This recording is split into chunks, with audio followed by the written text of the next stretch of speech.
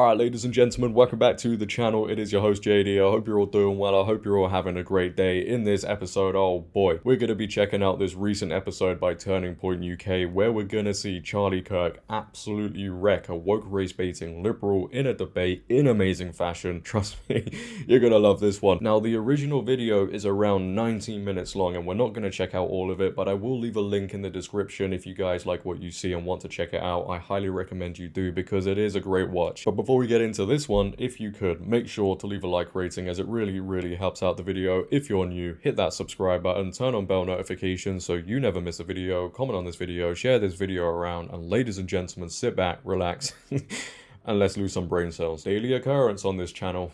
You love it. So let me ask you a question. So in the CRT literature, what do they think of white people or whiteness? Who would you like me to quote? Kimberly Crenshaw. I haven't read Kimberly Crenshaw. She says that yet. whiteness is a cancer or a toxin on our society. The concept of whiteness, the racial concept of whiteness. Okay, so what is whiteness? What is whiteness? Yeah, define it. As Kimberly Crenshaw would probably say, the sort of construction of privilege that comes with being white in this country. Right, so what privilege do you and I as white people have that black people don't have? Yeah, great question. On applications that are blindly judged, white-sounding names are often given the job more, they're paid more. Not true. In fact, it's the opposite. There's black privilege right now. It's called affirmative action, where underqualified blacks are taking Asians and white people's places in universities across the country. True or false? True. Okay, so yeah, there's black privilege, not white privilege in this country. I actually don't think affirmative action is how we address education inequality.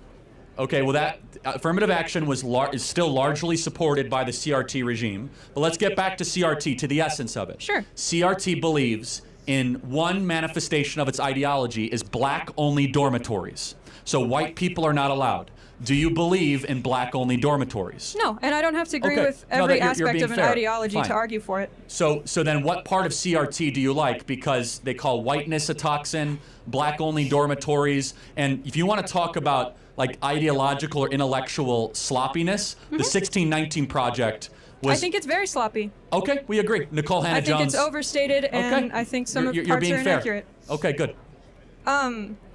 The parts of CRT that I think are most relevant and, very factually, you can, what am I trying to say?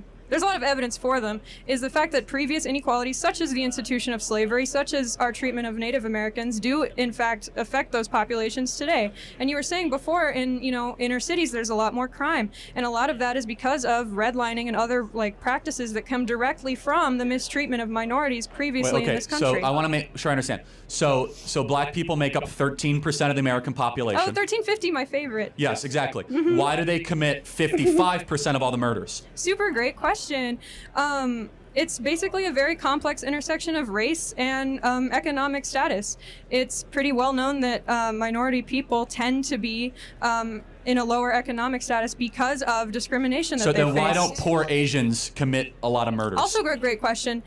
Asian people weren't originally brought to America on purpose like black people, and they weren't already present here like natives. So blacks murder because they were brought here 250 years ago? No, I would like to finish. Okay, just answer. It's very simple. I am answering. No, I know, but you're not really. I am. Asian Americans predominantly immigrate here for work reasons. They come from already wealthy countries. They're already wealthy when they get here. Crime is committed primarily by First of all, that's poorer not people. true. Talk to anybody from who's Vietnamese? Anybody? Did your family come here wealthy? No. Yes and no. Not wealthy, but not. Yes I'm not or saying no? they come No. here. Okay. The average Vietnamese does not come here wealthy. I'm not. Okay. I perhaps misspoke. Not wealthy, but a lot of the. You complain about it all the time. A lot of the immigration from countries that border us, right? It's sort of desperate people who are of a lower economic status, right? And they're coming here for a better life. So two things. Number one, there's been more blacks that have legally immigrated to this country in the last 30 years than were ever brought as slaves. That's number one. Number two, you still haven't answered the question. I'm trying to. Why? It's a complicated answer. Black people are only 13% of the population, yet they commit 55% of the murders. Why? Because black people tend to be in lower economic statuses because of Okay, no, this CRT, is fine. This is great. Basically. So you think that poverty equals crime? I think that it's highly correlated, and there's a lot of studies This is where on we that. disagree. What an insult to the working poor of So this why country. do you think black people commit more Well, crime, first Charlie of all, Kirk? so how? Let me ask you a question as No, my answer answer. it. Go on. What percentage of blacks have a father around when they're raised? I'm not sure. 20%. So that's why you 80% of think it blacks is. do not have a stable father around. It is the most predictable way to end up in prison, end up as a murderer or a criminal. And why It's do not you a think that's racism a problem? It's not a white supremacy problem. It's a fact that black fathers impregnate women and they don't stay around with the women And that they have why- impregnated. Charlie Kirk, do you think that Is- that happens more in the black community compared to others? It's threefold. Number one, we subsidize single motherhood. Number two, it's culture. It's accepted in the black community, and it so shouldn't it's be. culture. Okay. Don't take my I word see. for it. Read Thomas Sowell's own book on how black culture allows single motherhood to continue into a nanny state type practice. 75% of black youth are raised without a father in the home. 75%. Is that a bigger problem or not a bigger problem than whiteness, white privilege, or white supremacy? How They can should you all blame? be addressed, and they're all related. Okay, how is a white person to blame for the fact that 75% of blacks? Oh, individual white people aren't at all to blame. Okay, we agree. Yeah. So, but wouldn't it be more like smarter to be like, hey, that this is not about systemic racism. Like, stop impregnating your women and abandoning them. Well, the way to incentivize not impregnating women and abandoning them is increasing access to healthcare, into housing, into everything that we know increases so we've those done outcomes that. for people. So we have spent $30 trillion on the social welfare system since 1965. Black people are poorer, and the single motherhood went from 25% to now 75 to 80%. So the more money we've spent on black America, the less fathers we have, because black women divorced black men and married the government. And do you think that's a problem inherent to black people? No, it's not. It's happening now in white communities and Hispanic communities. It's just the worst in black America. And why do you think that is? Why is it the worst in black America? There's also a cultural problem. There is, and we have to be so honest about it's it. just that black people are No, sort let me of ask you a question. like that, The in your average opinion. music that a black person in Compton is listening to, is it about contemplating the good, the true, and the beautiful, or is it about being a gangbanger and trying to get as much money and sleep with about as many girls as you can? I would actually like to think I would be offended by that. Do you think the average black kid in Compton is listening to Beethoven or some sort of gangster rap music that glorifies gangster culture? Silly question. Rap wasn't created to glorify gangster culture. So even though there is Okay, rap, I mean, I'm sure you're not that's answering. doing You're that. dodging the question because. Okay, I'm sure they're listening to rap. Okay. So you think there rap go. music makes them No, leave I'm their not. mom? Do you think the cultural expectation in black America is that you stay with the woman that you impregnate? Within black communities? I can't speak on that. Okay, the answer is no. It's not. It's not expected. Okay, and do you think that is... Hold on. In white Anglo-Saxon Protestant communities, Oh, it's a okay. fact. Hold on. In upper middle class white communities, Upper middle class. Say that part louder. yeah, upper middle class white Anglo-Saxon Protestant communities, if you impregnate a woman, you are looked down upon and we do not think highly of you if you abandon the woman that you impregnate. That's a cultural difference. Has nothing to do with money. Has nothing to do with anything except norms. And the norms that have infected black America are destroying it from within. We need more fathers, not less. We need more dads around and less drag queen story hour.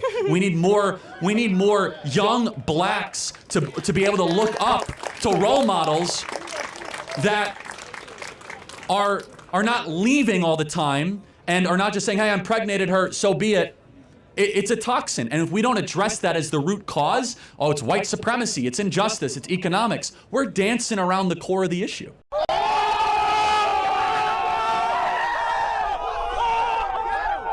All right, we're gonna stop there. And I actually think when you sit here and you listen to what this girl is saying, and granted, she's not as arrogant and as loud as other woke liberals we see, but I actually still think it's kind of sad that people just have this mindset of whiteness being this terrible thing because of things like critical race theory. And that point there that Charlie Kirk made about music is so true. I have so many black friends tell me that when they listen to music that is targeted to, let's be honest, black communities, a black demographic, what is it about? It's always the same. It's nothing positive. It's all about getting money, drugs, sex, women, violence. When you have that sort of messaging being put onto a community, what else can you expect? People want to then emulate that life. They want to live that life. They think, oh, this guy's become successful because of that. I'm going to do the same thing. And instead of addressing things like that and also single mother households, it's always got to be something else. It's got to be white privilege, a white person's fault, whiteness. No. And single mother households isn't just affecting black communities, it's affecting all communities. But it is a big, big issue within the black community, but they don't want to address that. Instead, they focus on other things. You know, if they actually fixed those issues like that, maybe things would be a lot better. You know, with critical race theory, people have been told it's this thing that solves everything, all the injustice, the apparent injustice going on in the world, when it doesn't. And we're not having this excuse either that people make where they say, oh, white people, white supremacy are stopping people from doing X, Y, Z, when today, of all ages, we have so many opportunities. If you work hard, if you dedicate yourself to something, you can achieve anything. We even have, as Charlie Kirk said, affirmative action. We have DEI. I mean, we know how harmful that is. We have companies out there today who put out applications saying, we want people from this background, not white people. We want black people to apply. Now, if that was the other way around anyway, could you imagine the uproar? It has become so normalized within society to think this way and not address the actual issues, but just make up these scenarios that don't actually affect anybody. What has the idea, the notion of white supremacy, whiteness, whatever, got to do with the issue of single mother households in black communities? Nothing. Until we get rid of this victimhood mindset, where people want to blame everybody else, things will not change. Leave your thoughts down below, ladies and gentlemen, on what you saw there. Again, if you want to watch the whole thing, the link is in the description. It's a great watch. I highly recommend you do. If you have enjoyed, make sure to leave a like rating. If you're new, hit that subscribe button, turn on bell notifications so you never miss a video. Comment on this video, share this video, follow my socials down below in the description. But until next time, it has been your boy JD. Have a great day, stay safe, and I'm out. Peace.